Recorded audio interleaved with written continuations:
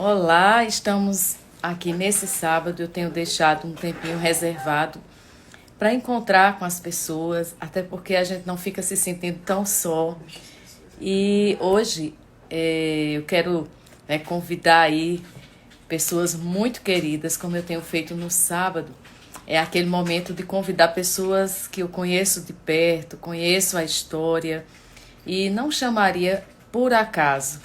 Eu chamo porque tanto me ajudou, como me ensina, como eu tenho certeza que vai nos ensinar. Em momento tão inusual, tão atípico como esse, acho que uma coisa é estar em solidão, outra coisa é estar distanciado fisicamente. A gente não precisa estar solitário. A gente não precisa guardar aquilo que a gente pode ter de bom para dividir com alguém. A gente precisa, pelo contrário, a gente precisa disso, de interagir, de conexões afetivas. A gente está vivendo um momento de distanciamento físico por um propósito. E, aliás, a nossa geração nunca viveu nada parecido. E esse prolongamento tem cansado, tem fadigado o nosso emocional, o nosso físico também. Muitos dizem que até o próprio espiritual tem se fadigado. E é disso que a gente vai tentar falar, é como ter autocuidado, como promover saúde dentro do nosso limite, do nosso possível para esse momento tão atípico. E aí, sabe, a gente pensando sobre isso, a gente tem visto assim que a saúde mental tem sido muito discutida nesses dias. Inclusive, eu estava vendo artigos, a revista Exame trouxe a questão da saúde mental, o agravamento. Nós tivemos também, a China já produziu 72 pesquisas acerca da saúde mental relacionado ao Covid e a todo esse reflexo que tem trazido em todo o planeta.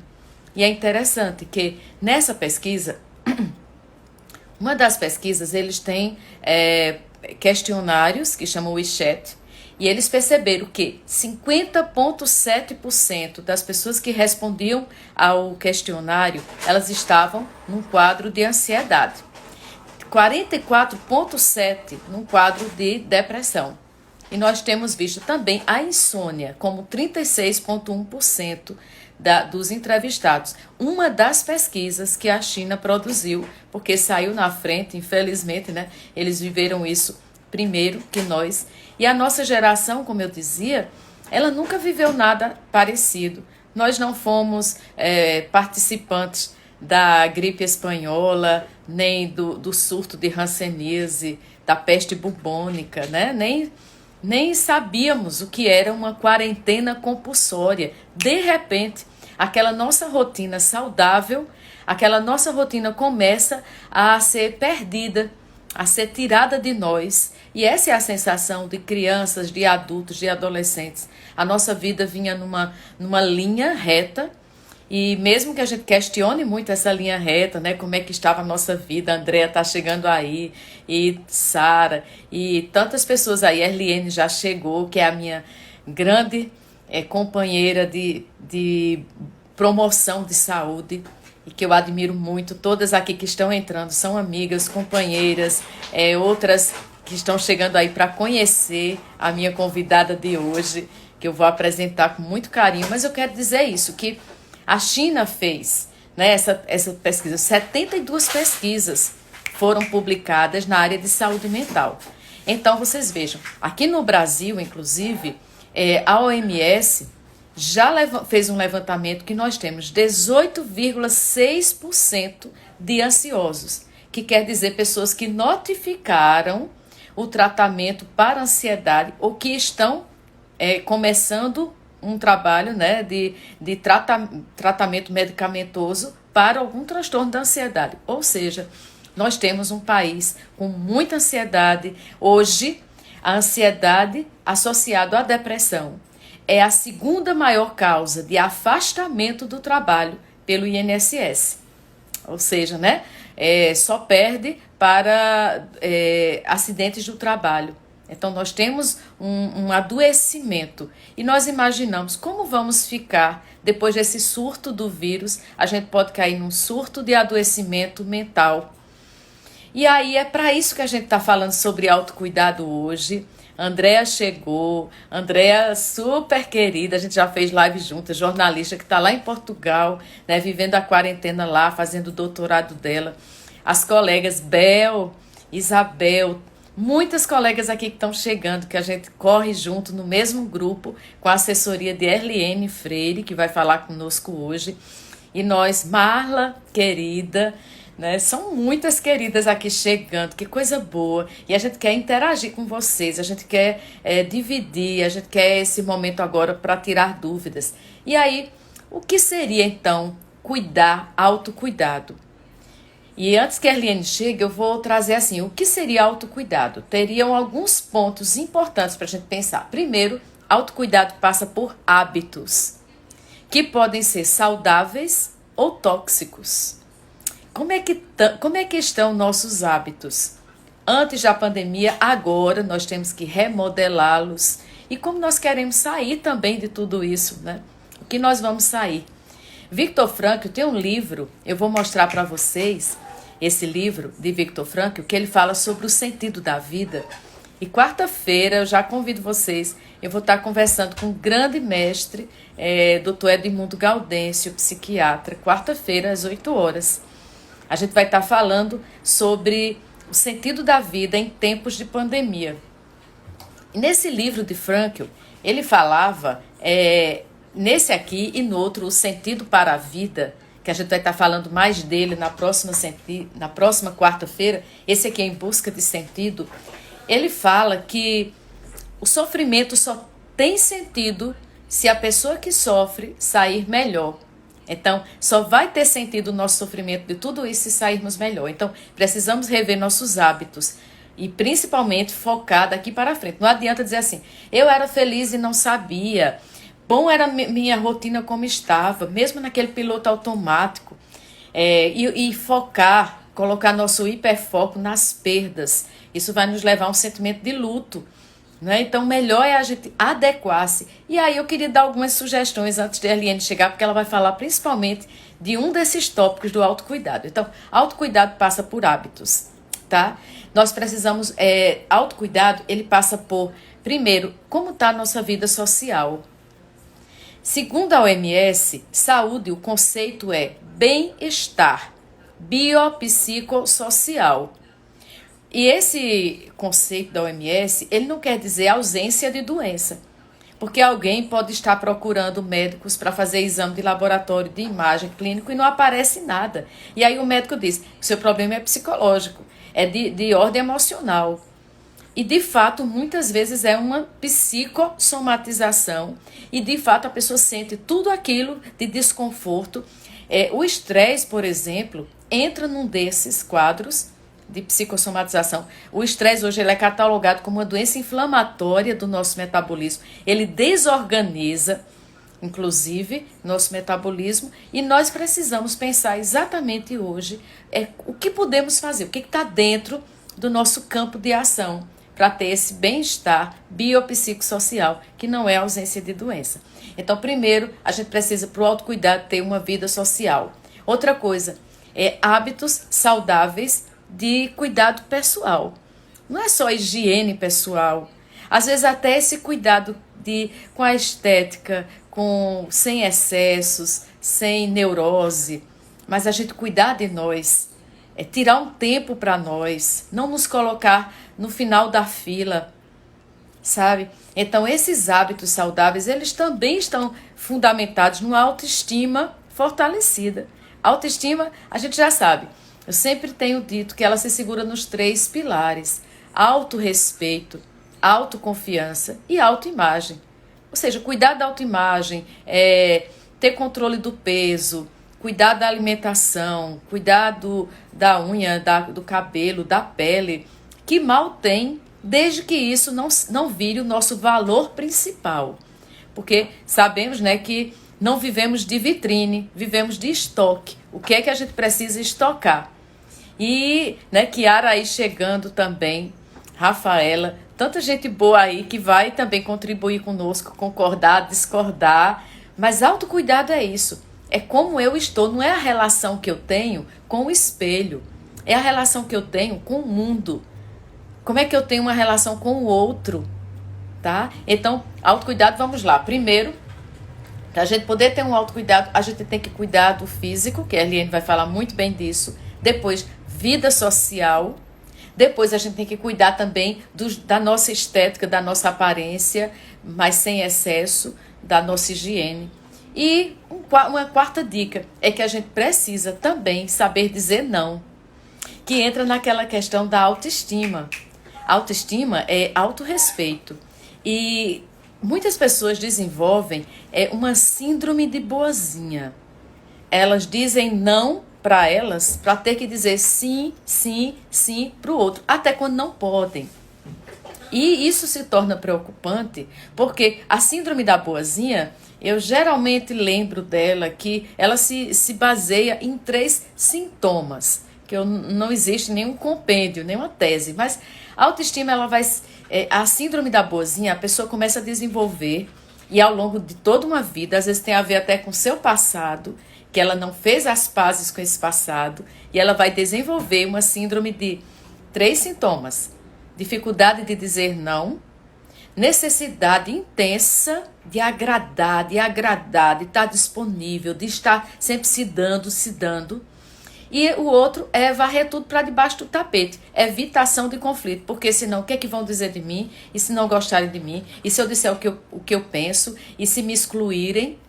Vocês veem que autocuidado começa de uma relação generosa, um olhar de aceitação de nós para com nós mesmos. E isso nos leva lá para trás. Às vezes a gente vai criando aquele hábito que eu falava, né? Autocuidado são hábitos bons ou ruins. Às vezes a pessoa desenvolve um hábito de viver sendo a boazinha, que ela não sabe viver no outro funcionamento. Ela não descobre outro padrão de comportamento. E ela vai se tornando assim, o valor dela está em dizer sim, estar disponível e agradando e se dando o tempo inteiro, se coloca na prateleira da disponibilidade. Lógico que alguém vai amar isso. E ela se cala, não expõe, não expressa o que sente, não nomeia suas emoções, ela simplesmente varre para debaixo do tapete, por isso ela psicossomatiza. Por isso, muitas vezes, com o passar dos anos, ela adoece o corpo. É disso que a gente está falando.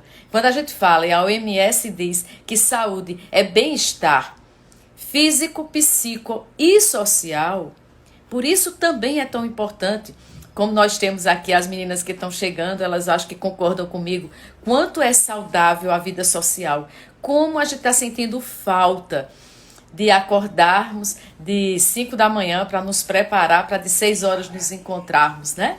E aí, falando disso, falando de todo esse cuidado, de como a gente não perpetuar a síndrome da boazinha, como a gente nos colocar no fim da fila, como a gente cuidar dessa tríade da autoestima, autorrespeito, autoimagem e autoconfiança, eu queria agora chamar a Erliene, ela vai entrar para falar conosco, ela já está aí. E a Erliene, gente, ela é educadora física, ela associa tudo, ela é casada, ela tem filho, ela é casada com um ex-aluno meu, Avelino, queridíssimo também. E eu descobri a Erliene como assim, com uma grata satisfação. Aqueles por acaso, que a gente não encontra ninguém especial por acaso, né? Deus tem propósitos. E a Erliene, ela entrou, por ser essa pessoa que vocês vão conhecer agora, alguns já conhecem, mas ela é educadora física, como eu dizia, professora no estado, personal trainer, assessora de corrida, maratonista, já fez 42 quilômetros, para quem não sabe exatamente, meia maratonista, inspiradora, e ela formou esse grupo sem tanta pretensão, principalmente de mulheres, e é até hoje assim, para dar assessoria de corrida, para investir, até ela nos ajuda até a fazer dieta, a ter estilo de vida saudável e principalmente a persistir nesse autocuidado diário conosco. E por que eu diria que ela se destaca? Tanta gente faz isso, né? Mas por quê? Porque a Erliene, vocês podem seguir no perfil dela. Erliene, ela tinha mais de 100 quilos. Ela tem fotos que você diz, não é a mesma pessoa. E simplesmente ela ligou aqui, assim como eu liguei no dia 4 de fevereiro do ano passado, fez um ano, e eu perdi 9,8 kg. 9,8 kg com muita saúde, sem tomar medicação para isso, sem lipoaspiração, mas nem se compara com o que ela fez. Ela perdeu muito mais e ela mudou radicalmente o modo de pensar, de sentir e de agir na vida, saindo do papel de vítima para protagonista, né? E ajudando tantas de nós. Então nós temos aqui as meninas que vão fazer jus a tudo que a gente está conversando aqui. Elas estão aí, vão interagindo conosco. E eu queria chamar agora a Erliene para ela começar contando para nós como é que foi isso, como é que foi a decisão pelo autocuidado. Ela já está aqui.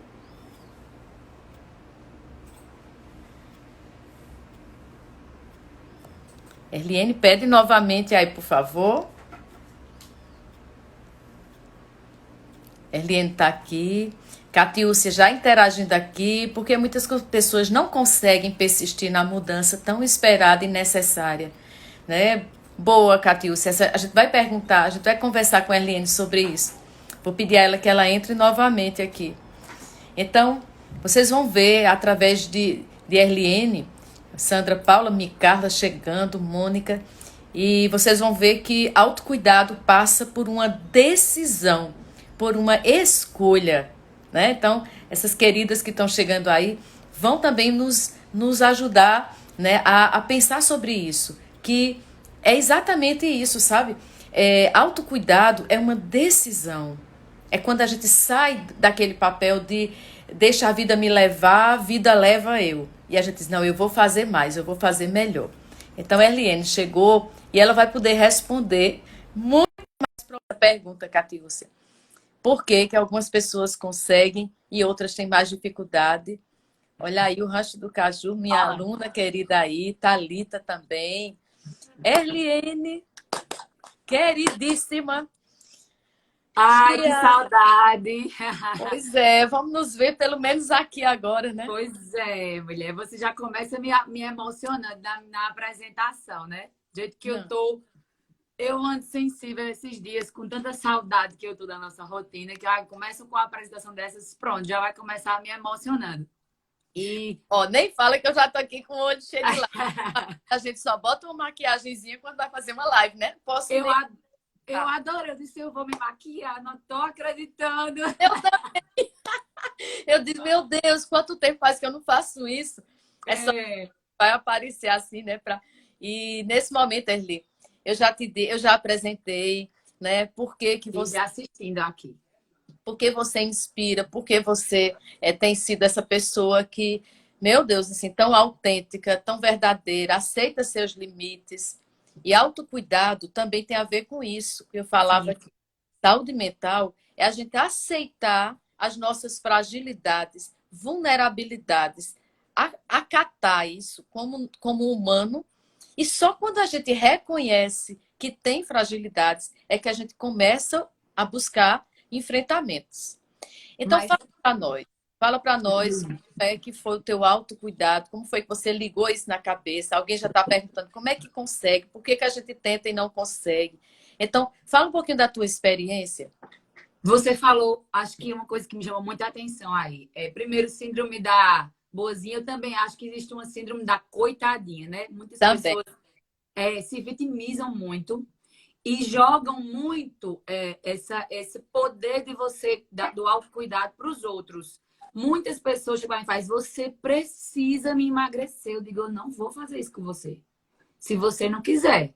Quem tem que fazer isso é você. E esse outro aspecto de não se colocar no fim da fila, né? Eu passei 27 anos da minha vida me colocando no fim da fila.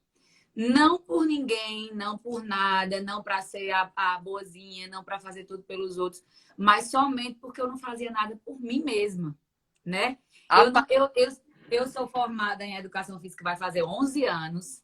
Então, eu era adepta daquele. Eu sabia de tudo, né? Assim, de tudo em relação ao que eu tinha que fazer para poder manter uma vida saudável. Independente de estética, como você falou, também é muito bom a estética, é maravilhoso você se olhar no espelho, se amar, se cuidar, se maquiar. Mas, independente disso, estava a saúde física e emocional, que estava super abalada, né? Na minha casa, para vocês verem, na minha casa não tinha um espelho. Na minha casa não tinha um espelho. Porque eu não queria me.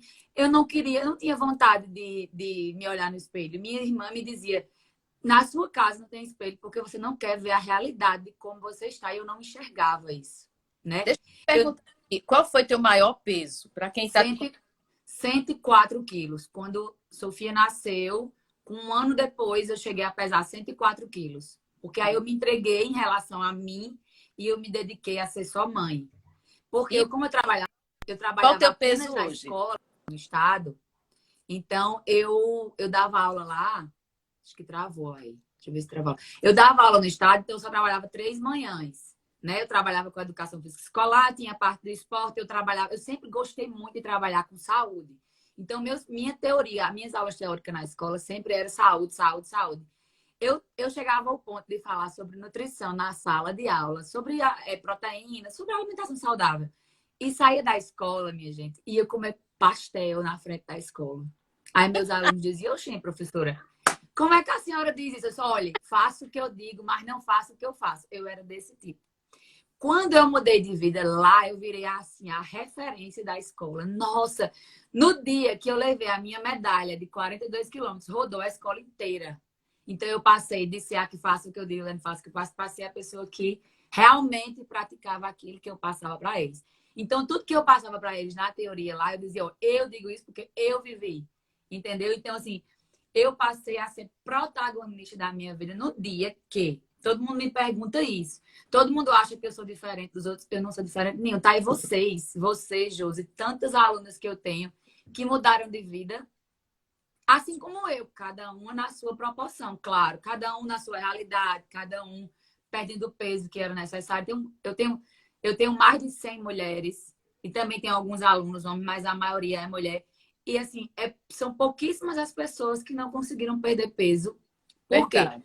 Porque a corrida não foi só com a corrida. Porque a gente conversa, eu mostro acaba que acaba que eu sendo a pessoa que inspira eles a verem que é possível, sim, através do esporte também, certo?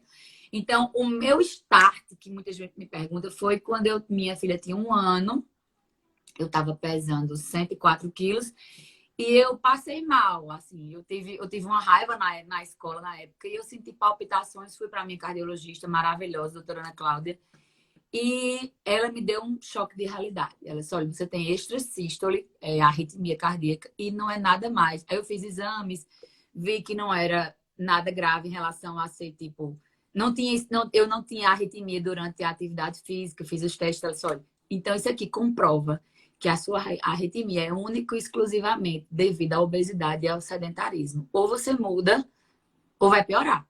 Quando ela me disse assim, que eu disse: meu Deus, eu vou morrer e vou deixar minha filha de 1 ano para quem criar?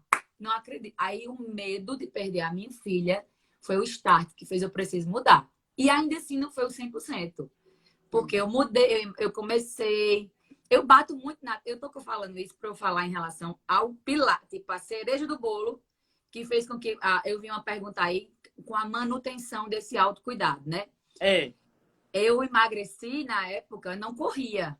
Emagreci com dieta, nananã, fazia atividade física sempre. Eu não conseguia manter minha vida saudável sem exercício, nunca, independente de qual fosse ele.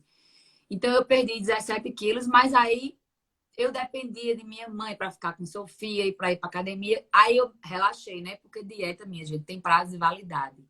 Quando você emagrece, que você para, você engorda, seja ela com remédio, sem remédio, com o que for. Então, eu voltei a engordar, acho que eu engordei 10 quilos. De 17 que eu havia perdido, engordei 10. Aí eu disse: eu não acredito. Aí, quando foi no final de semana do feriado de 15 de novembro, eu sou uma pessoa que eu sou determinada assim, eu sou de start. Meu pai é assim. Meu pai começou a fumar com 13 anos de idade. No dia que ele fez 50 anos, ele disse: a partir de hoje eu não fumo nunca mais. E até hoje, faz 24 anos, ele não fuma mais. Então, eu sou decidida, determinada, tal qual ele, sabe? Sempre ele decide fazer uma coisa, ele faz. Isso pode ser você que é profissional deve ter a resposta. Eu acho que é uma característica da minha personalidade dizer assim, hoje eu vou fazer e acabou, ninguém me impede.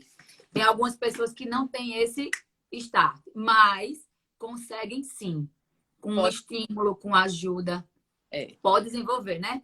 Então, eu disse, quando eu voltei dessa viagem, né? Eu tinha engordado os 3 quilos em um final de semana, que me fez engordar os 10 dos 17 que eu tinha perdido. Eu disse, não. Quando eu cheguei em casa, no dia que eu cheguei, era no domingo, eu tinha engordado 3 quilos em 3 dias. Aí eu disse, então, eu não pode não, minha gente. Amanhã eu vou fazer por mim. Foi aí que, como a Aveline já corria, eu disse, eu vou tentar fazer esse troço aí, que eu odiava corrida, eu odiava esteira. Aí eu fui desenvolvendo. E o que aconteceu? E fui começando dia a dia, tão difícil quanto todo mundo. Mas é aquilo que diz você, o que eu estava focado na época: autoimagem, autoestima e saúde. Eram esses 3 pilares, né? Eu precisava disso. Eu precisava ter saúde, mas também eu precisava ter autoestima, porque eu vestia a roupa da minha mãe, eu só comprava roupa em uma loja, não tinha roupa que cabia em mim, então isso para mim estava me afetando muito. E eu comecei. E a corrida foi o que me deu o start. Por quê? Porque ela me deu metas. E quando você tem metas, é muito melhor, mais fácil de você continuar, né? E assim, a mente, eu vi uma menina falando, a mente comanda tudo, tudo. E assim, eu digo sempre para minhas alunas que quem manda aqui sou eu. Eu digo para mim mesmo, quando meu corpo, quando às vezes a minha mente quer dizer para, eu digo, não, quem manda aqui sou eu. Se eu tenho que fazer 10 quilômetros, eu vou correr 10, não vou parar em 9. Não vou parar em 7.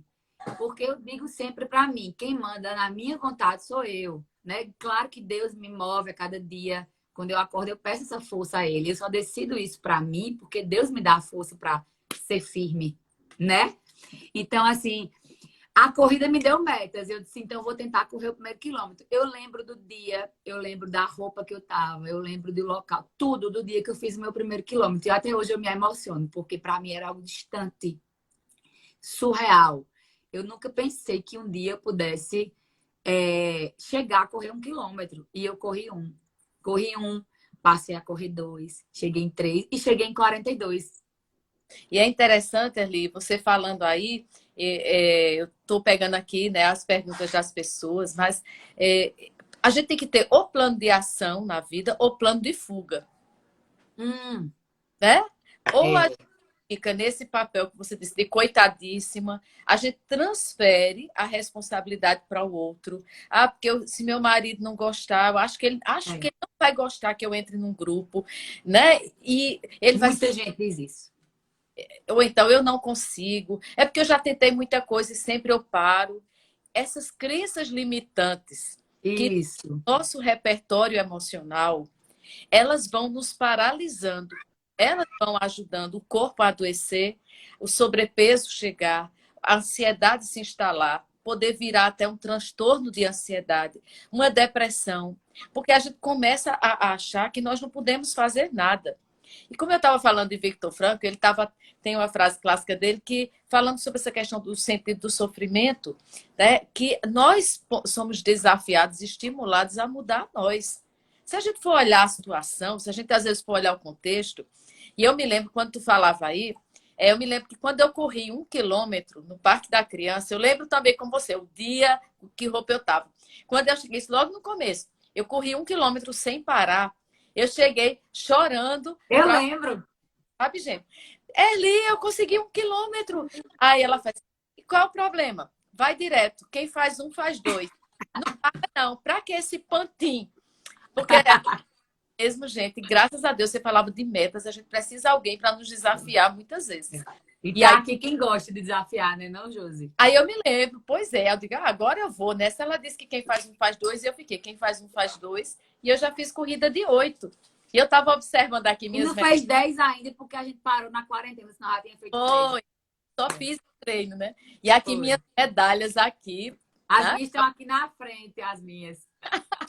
E aí eu descobri, quando eu comecei a correr, que eu já corria corrida de orientação do Exército, eu já tinha um monte de medalhas, né? Mas eu parei. Exatamente o que Catiúcia falou. O que é que faz a gente parar?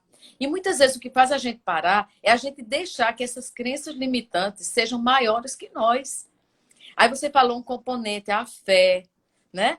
A gente Sim, sim.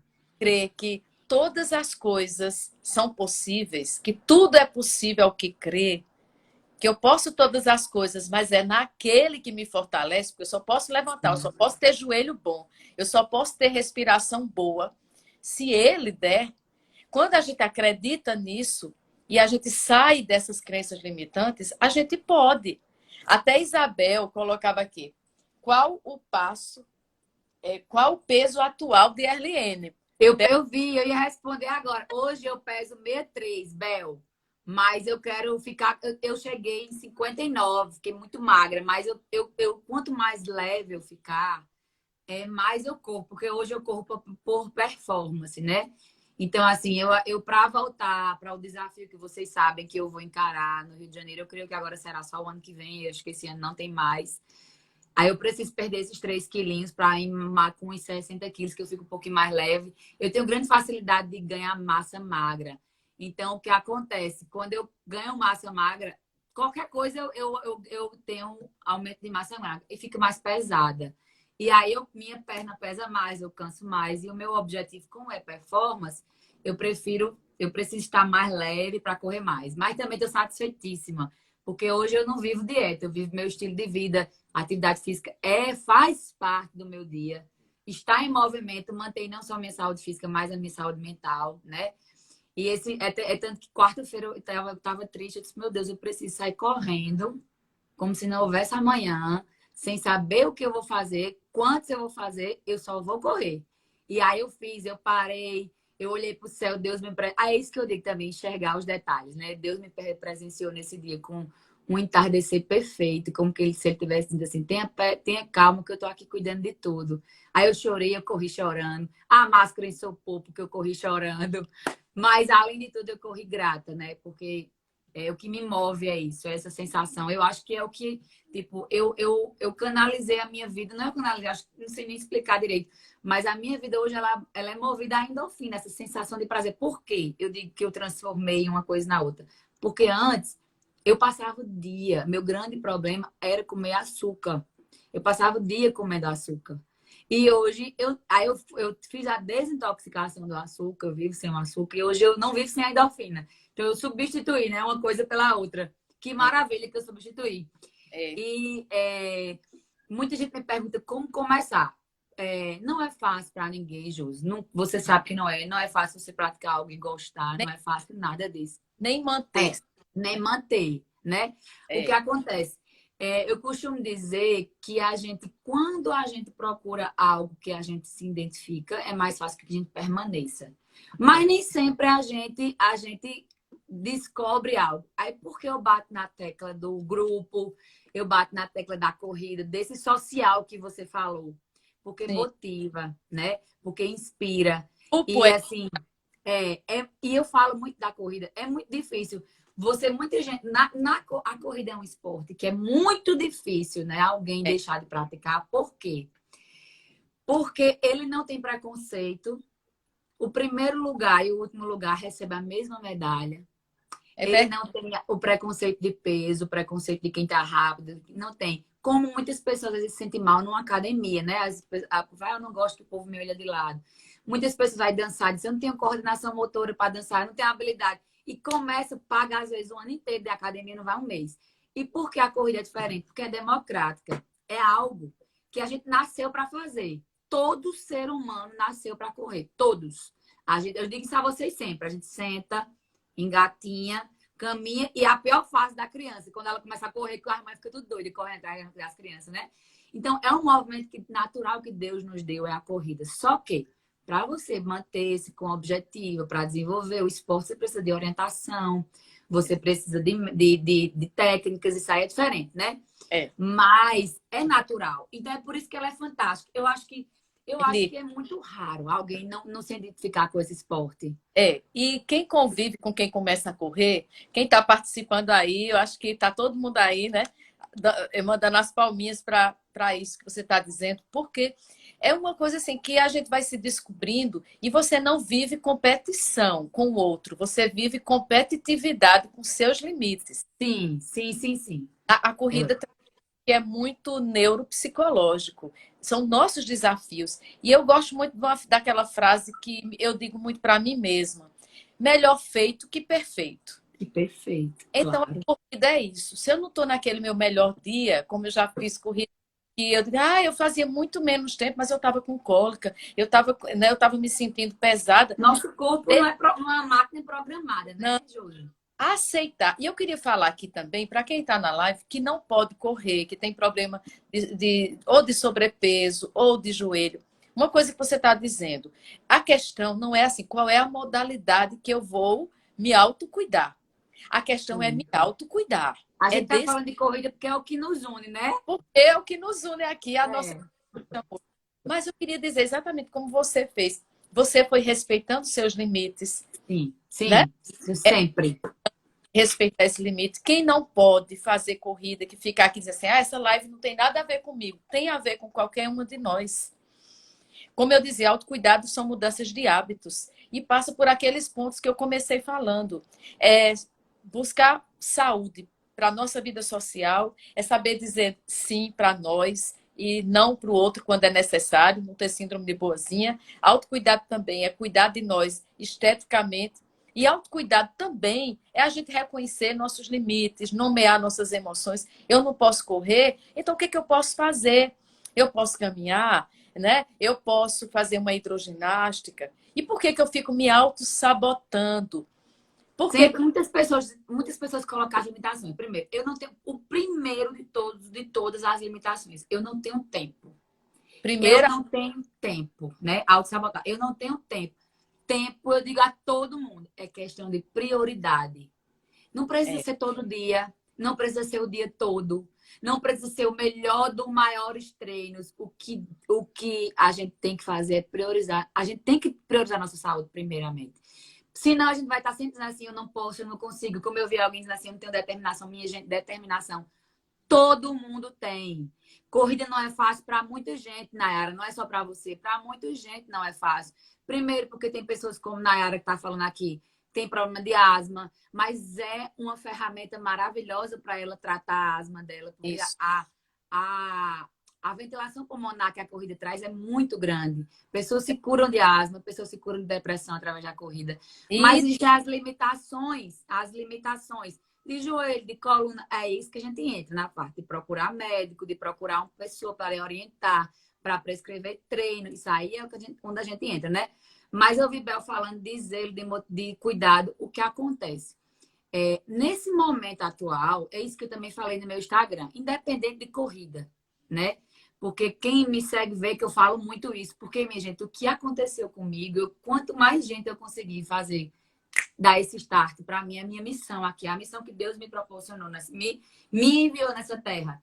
Porque junto dela veio a minha realização pessoal, a minha realização profissional. Então, quanto mais eu conseguir ajudar as pessoas para mim, mas eu estou dando esse retorno para Deus. Sabe como é? Se Deus me deu de presente isso, eu vou retornar para Ele quanto mais eu ajudar. Então, assim, nesse momento, me dói o coração, Josi, de verdade. Quando eu abro meus stories e eu vejo todo mundo só postando que tá comendo demais, que tá assistindo só filme. Porque, minha gente, é a hora da gente se cuidar. Quer mais tempo para cuidar de você do que você está tendo agora? outra Quer coisa, mais tempo para Henrique, fazer sua alimentação? e um parênteses. Além disso, a gente precisa agora fortalecer a imunidade. E a Sim, atividade física também, seja ela qual for, vai nos ajudar. Por exemplo, a própria respiração, né? Qualquer atividade física, ela vai também fortalecer o trato respiratório. A gente sim, sim. também precisa. Não podemos esquecer que nós estamos em meio a uma pandemia global, Isso. mas a gente tem esse entendimento da saúde, segundo a OMS, que é bem-estar físico, psíquico e social, e a gente acrescenta até o espiritual também, eu Sim, acredito. sim, sim. Também. Se a gente não fizer aí esse eixo, sabe, Arli? A gente vai ver muita gente assim adoecendo, não é pelo vírus, mas Sim. adoecimento físico e mental. Alguém me dizia esses dias, sabe, que que tinha todo o equipamento para fazer atividade física, que estava numa varanda, mora noutra cidade, então tinha acesso à vista para o mar, Não tinha acredito. colchonete, tinha todo o equipamento. Mas disse, Josi, eu não estou conseguindo fazer nada. Eu não consigo largar o celular. Eu não consigo dar tempo para ficar com minha filha. Eu não Ai, consigo meu Deus. dos livros que eu quero ler, aí já me frustro, não consigo ver as séries, os filmes que eu queria, aí eu me acho Incapaz. ver nada. Então eu vou ficar só no celular, sabe? Porque eu perdi aquele episódio. Aí o que eu percebo é que é um ciclo de É. alimento. Quando a gente adoece aqui, a gente adoece o resto. E a limitação, que a cabeça é que move a gente aí à frente e a estacionar ou afundar mesmo. Então é isso que eu digo assim, se você quer mesmo, diga todos os dias. Deixa eu abrir um parênteses para a Samara. Samara que está aqui, ela é prima de Avelino de Mossoró, minha queridíssima Samara. Samara tem problema de joelho, eu acompanho Samara, a gente conversa muito pelo WhatsApp. Ela realmente não pode correr porque tem sobrepeso, Samara. Mas eu garanto a você que elimina esse sobrepeso para você ver se você não consegue. Mas aí o que acontece, Samara? Procura outras formas. A corrida não é o esporte que emagrece só. Tudo vai fazer você emagrecer. Basta você querer comer bem e se exercitar, independente de qual seja o exercício, né? Existem exercícios para quem tem condropatia, inúmeros exercícios para quem tem condropatia para preparar seu corpo para futuramente você correr. Mas deixa eu dizer, como é que eu dizer? Voltando para o assunto. Então, assim, eu tenho visto muita gente, sabe? Essa limitação. Aí você vai e não escolhe que você vai vencer, que seu cérebro está limpando, como essa menina disse. Eu tenho tudo, mas não consigo. Mas aí o que é que eu digo para todo mundo? Diariamente, você tem que... Lembra, Josi? Acordar determinado para dormir realizado. Essa Então, frase, desde o começo que eu dividia com a Erli, ela disse, vamos dividir essa frase. Eu digo, fica à vontade. Acordar determinada para dormir realizada. Né? A tem gente que ser, tem que ser. É vive... decisão. Hoje eu preciso de quê para realizar? Hoje, isso aí, minha gente, eu sempre fiz e faço todo dia da minha vida. Hoje eu tenho que fazer isso, hoje eu tenho que fazer isso, isso e isso. Para eu cumprir. Não é só trabalho, não é só ser mãe, não é só arrumar casa, não é só cozinhar. É você se autocuidar. E é escolha diária. Não é ninguém que vai fazer por você, não sou eu, não é Josi tratando seu emocional. Mas eu preciso de acompanhar um psicólogo porque meu emocional tá abalado, porque eu tenho compulsão, porque essa semana eu recebi uma mensagem, é muito fácil você falar, mas quem tem compulsão não resolve sem remédio. Eu disse, claro que resolve. É claro que resolve. Eu, de certa forma, não era compulsiva, porque eu comia chocolate. Uma pessoa que come 23 fatias de pizza de chocolate, ela é compulsiva. E eu comia 23 fatias de pizza de chocolate. Eu passava a noite no rodízio só comendo pizza de chocolate. Então eu era compulsiva porque eu me livrei sem remédio. Porque, graças a Deus, todos os dias eu decidia. E eu decido. Hoje eu vou fazer o melhor para mim. Aí, menina, quando eu emagreci, a minha casa tem espelho por todo canto. A história do espelho. Tem espelho na sala, tem espelho no banheiro, tem espelho no quarto. Tem aqui, ó, do lado. Tem um espelho do teto até o chão. Porque eu já me acho. todo dia, me achando mesmo. A gente tem que se achar, se amar, se olhar, se cuidar. Porque aí isso lhe dá motivação. Do mesmo jeito, quando você vê a balança descendo e as metas na corrida chegando, aí que você quer mais, quer mais, quer mais, quer mais, quer mais. É assim. E aí é isso que eu bato na tecla da corrida de novo. Que a gente quer ir além. Eu fiz o primeiro, quis fazer o segundo, quis fazer o terceiro, o quinto, e aí você vai. Aí eu comecei. A minha genética. A minha genética, né? Graças a Deus, eu tenho uma capacidade de correr um pouco mais rápido também por causa de genética, além de treinamento. Então, aí eu comecei a ganhar troféu, aí eu dizia, eu quero mais, aí pronto. Todos podemos, minha gente. Eu sou a prova viva. Não tem mentira, não tem falsidade, não tem plástico, não tem bariátrica. Eu faz 3 anos que agora em maio. Esse mês está batendo 3 anos que eu cheguei no meu peso ideal. Foi final de maio que eu cheguei no peso que eu queria. Então, em 2017, em maio de 2017, eu bati minha meta de perder os 45 quilos. E há 3 anos eu mantenho isso, mas é escolha diária, Jus. Todo dia. Quando eu dizia, hoje eu vou correr, hoje eu vou fazer isso, hoje eu vou treinar, e todo dia. Então, assim, eu decidi que eu queria viver assim para sempre. Então, todo dia eu decido. Agora, eu vou dormir grata.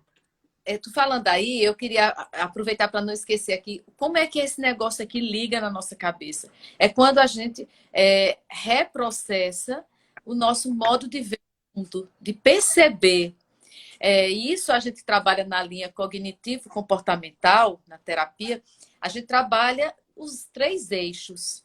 É a percepção do eu, do outro e da situação, né? Do meu Sim, sim. contexto. A percepção que eu tenho do eu, do outro, da situação. Quando eu percebo que aquilo está me incomodando, está me adoecendo, e eu percebo os incômodos, e eu começo a perceber, eu gosto muito de pensar assim, se todo mundo pode, por que eu não posso? Sim, Né? sim. Isso E eu tem a digo isso sempre. auto. Aí eu penso o seguinte, bom, então a minha percepção do eu tem a ver com a percepção do outro. Eu vejo o outro como uma referência boa ou ruim. Muita gente fica esperando, né? Como é que o outro faz. Então, se o outro desiste, eu desisto também. Sim, E sim. a percepção da situação. Cada um de nós não pode se comparar. Quem está vendo aqui a sua história, a minha realidade, a de cada um, a gente compara marca de carro, a gente não compara marca de vida. Deus tem um propósito para cada pessoa. Então, Sim. sua história, a minha história, tem a ver com a nossa percepção de eu, do outro e do nosso contexto. Eu me lembro quando eu decidi, e eu olhava para você, a gente precisa de bons referentes. A Sim, percepção também, é. Eu tinha várias boas do referências no outro. Instagram mesmo. Eu seguia Pronto. muita gente. A gente precisa de percepção do outro como referente, sim. Mas não para a gente copiar. A gente tem que ser autêntico, Isso. reconhecer nossos Porque às limites. vezes frustra, né, Josi? Frustra, você se compara. Quanto maior eu ponho expectativa, maior eu tenho a frustração, provavelmente. Sim. Eu me lembro quando eu decidi, você falava de meta, de a gente focar. Eu queria perder, eu perdi 9.800 e eu me lembro que eu me tornei chata. Eu me lembro perfeitamente, Josimere, minha irmã, acho que ela deve estar aí na live, que faz parte também do nosso grupo maravilhoso, Sim, Mary linda. para jantar com ela. E eu chegava lá, assim que pedi o prato, me lembro que fiz isso no DW, no Alma, e ela dizia assim: eu não acredito. Eu dizia, moço, por favor, pode substituir por salada? Aí era só a carne e a salada. E ela dizia: tu vai pagar isso para comer um pedaço de carne só com folha? Tem nada, não. Ela dizia isso. E eu disse: enquanto eu não consegui chegar. E a Erliene disse que agora é 0 carboidrato. Zero, zero. Erliene disse. Aqui em casa, todos conhecem a Erliene e vai dizer: também, quando é que a Erliene disse que vai ter carboidrato? Aí depois eu dizer: agora eu posso comer carbo complexo. Aí, Para quem não entende, foi assim, eu não prescrevi dieta, não prescrevo dieta para meus alunos, né? Mas assim, eu digo, eu fiz isso. troca de Eu fiz isso. Eu cortei carboidratos simples, refinados, eu cortei o açúcar e só carboidrato complexo. E eu dei o choque, né, de zerar carbo por um tempo para emagrecer. fiz Mas dois. deixa eu responder umas perguntas que eu vi aqui, Josi. Ah, Quando eu comecei a correr, como eu falei, eu tinha emagrecido 17 quilos e engordei, né? Então, eu comecei de fato com 97 quilos. Mas entendam a minha corrida. Eu nunca me esqueço disso. Quando eu comecei a correr, a velocidade, eu corria na esteira, porque eu não ia para a rua, que eu não corria, né? hum. Eu comecei a correr na velocidade 6,5. 6,5. Uma pessoa olhou para mim e fez 6,5. 6,5 eu caminho, depois eu corro. Então eu sempre fui muito bem resolvida em relação a muitas pessoas. Eu vi outra pergunta aqui falando de bariátrica. Não é menos merecedora porque o meu esposo emagreceu 65 quilos com bariátrica. Ele fez bariátrica, ele é tão vitorioso quanto eu. É tanto que nós somos maratonistas e nos ganhamos, recebemos esse título juntos. Então, a bariátrica não desmerece ninguém, porque é tão difícil quanto você escolher mudar de vida com dieta. É muito, eu acho que é até pior. Eu acho que é até mais difícil do que Porque simplesmente você. é uma restrição É, física, né? Então, física, é diferente. para o cérebro, Mas acaba. não é menos merecedora do que isso. Eu emagreci 45 sem bariátrica, meu esposo perdeu 65 com bariátrica. E nós somos tão vitoriosos quanto. Quem acompanhar meu Instagram vai ver. Tem inúmeras fotos nós dois, diante e depois nosso. Porque a minha conquista e a dele são iguais. Foram unidas pela corrida. Essa semana eu falei, a gente correu 10 quilômetros primeira vez junto. Não Alguém no mesmo. de altura. Eu tenho 1,60 m.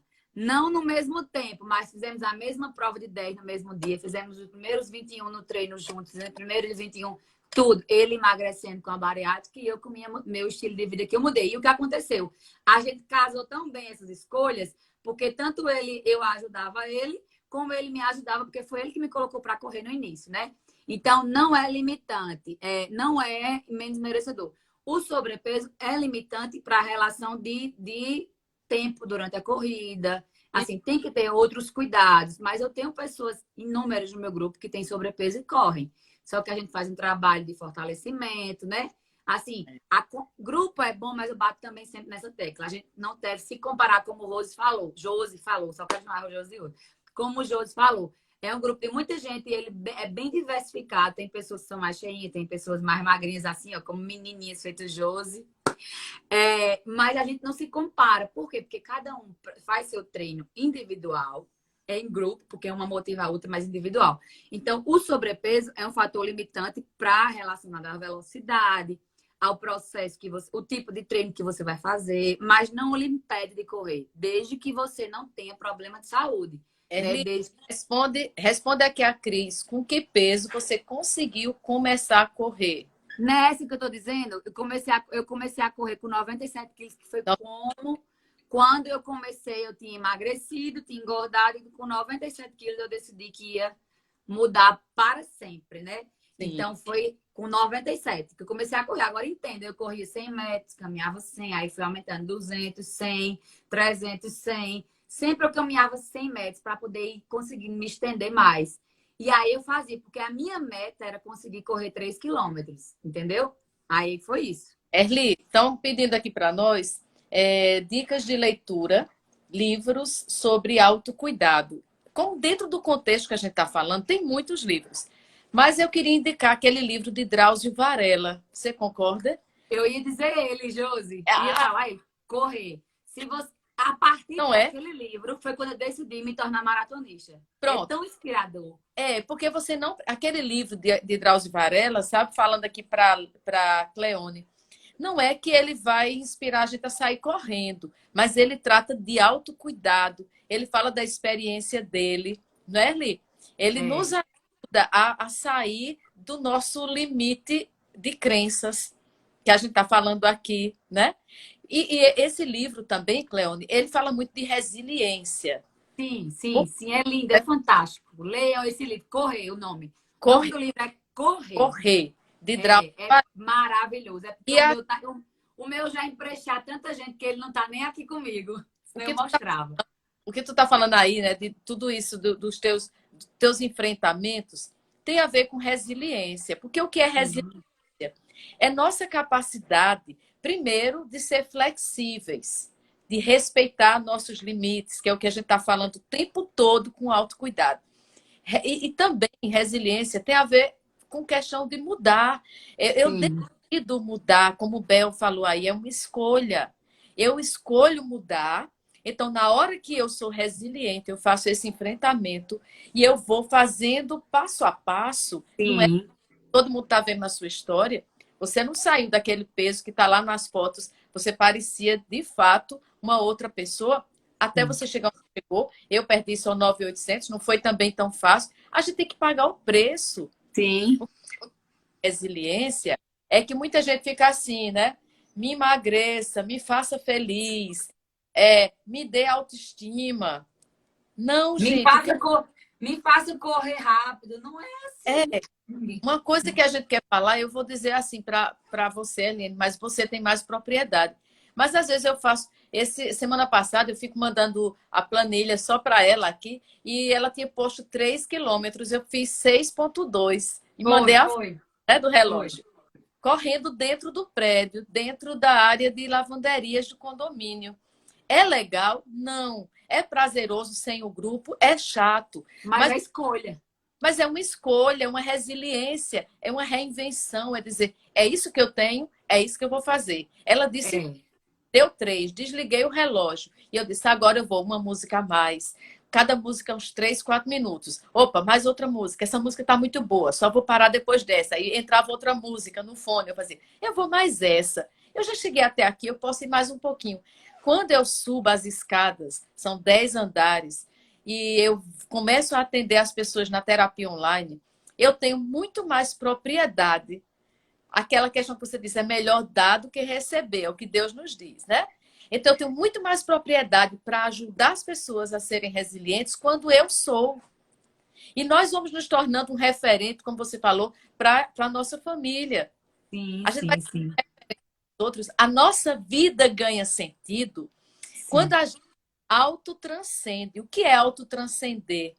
Segundo a logoterapia, é a nossa capacidade de apontar para além de nós, da nossa estética, da nossa aparência, da nossa vaidade com medalhas. Eu também já ganhei um troféu que eu mesma Foi, claro, eu lembrei o que entreguei.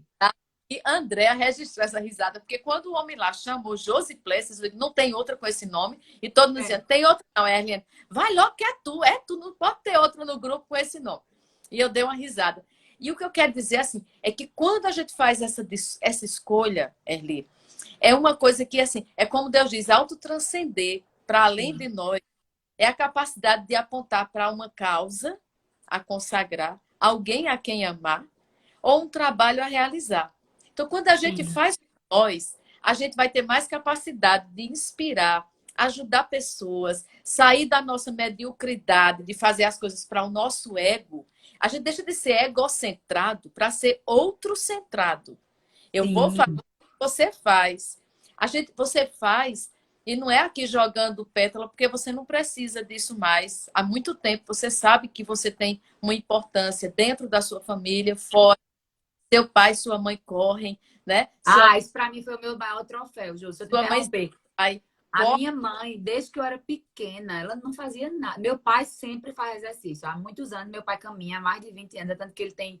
Ele é. Vocês sabem como ele é.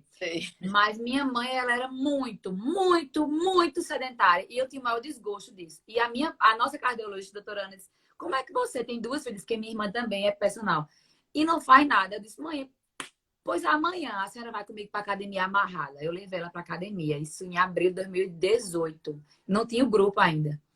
E ela começou a ir. E minha mãe hoje corre 5 quilômetros. E isso, para mim, é o maior dos meus troféus. Ver ela, que era minha mãe, para levantar da cama. Meu pai levantava ela com dor. Todo dia a cama dela é alta. Ele que ajudava ela a levantar ela com dor nas costas. Hoje, não tá nem aí. Levanta, Diz a idade, disposta. diz a idade dele. Minha mãe vai fazer 71 e meu pai 74, os Gente, dois. eu sou testemunha. Eles correm junto conosco, bota a nossa É, tenda, a mãe dele é, faz a salada de fruta, participa é, do sorriso, ai, mulher, ela tá sofrendo muito com faz, essa ausência desse convívio. imagino, faz dentro do limite. Então, É, infelizmente, Erli, a gente está aqui concluindo. A gente é. tem que encerrar a live por causa do tempo. Tinha Agradecer. uma pergunta que eu ia responder, eu esqueci de Vai, passar, Josi. Deixa eu ver qual é. Pera ainda, bem rapidinho. Vai falando aí que eu acho eu ela. vou responder uma que passou. Erli faz academia, faz também. Eu também. A Faço gente cerca- musculação, corrida, pedalo e nado. Eita, hoje em dia eu faço coisa que só aguenta. não, faço não. Mas intercalo com fortalecimento muscular Sim, para a sim. gente conseguir dar conta. Uma coisa que eu quero deixar aqui para. Sim, é isso. Há quantos anos eu corro? Eu comecei a correr em dezembro de 2016, que eu comecei o meu processo de emagrecimento em novembro. Dezembro eu comecei a correr, março de 2017 foi minha primeira corrida. Ou seja, oficialmente eu corro há 3 anos. 6 anos. Pois é, eu tenho só metade desse tempo e quero agradecer muito, muito, muito, muito as amigas que estão aí, que hoje viraram amigas, todas que estão aí, fazem parte do dia a dia, faz parte da história. Basta às vezes um sorriso quando a gente está naquele treino puxado, cansado. Deixa eu Já mandar um beijo para a Mônica, minha aluna também da equipe, ela é da turma da noite, tá sempre treinando, tá me surpreendendo demais. Corredora. Beijo, Mônica. Todo mundo, beijo para todas, viu? interessante que os grupos, a gente tem, né, o nosso grupo da manhã, tem o da tarde, tem o da noite, mas assim, como a Mônica está aí, outras pessoas dos outros grupos, como a gente se... Quando a gente bota aquela camisa rosa com cinza, como a gente ali acaba sendo um Um todo. só. E Quando passa um pelo outro na corrida, quando a gente sorri para o outro, é como se dissesse assim: olha, nós podemos, vai mais um pouquinho, não para. Todo mundo Não se ajuda quando se identifica, né? Deixa eu mandar um beijo pra minha sogra, Dona Rosa, que divulgou a é nossa live. Ela, rosa, com muito querida. orgulho, também corre. Dona Rosa Então, teve uma alimentação de uma cirurgia na perna, mas a gente vai lá, ó, aperreia ela, bora, Dona Rosa, e ela vai junto com o seu Avelino, meu sogro e minha sogra, que são pais para mim também. É alguém, isso que o André tá dizendo, nossa família, Ferrando, eu não é ia te só um grupo, né? A gente consegue ter esse sentimento de família. Ninguém está sabotando, ninguém quer passar na frente. Cada um está sendo resiliente, respeitando seus limites. A gente tem esse senso de assim, de que se eu estou bem, eu quero que o outro venha junto.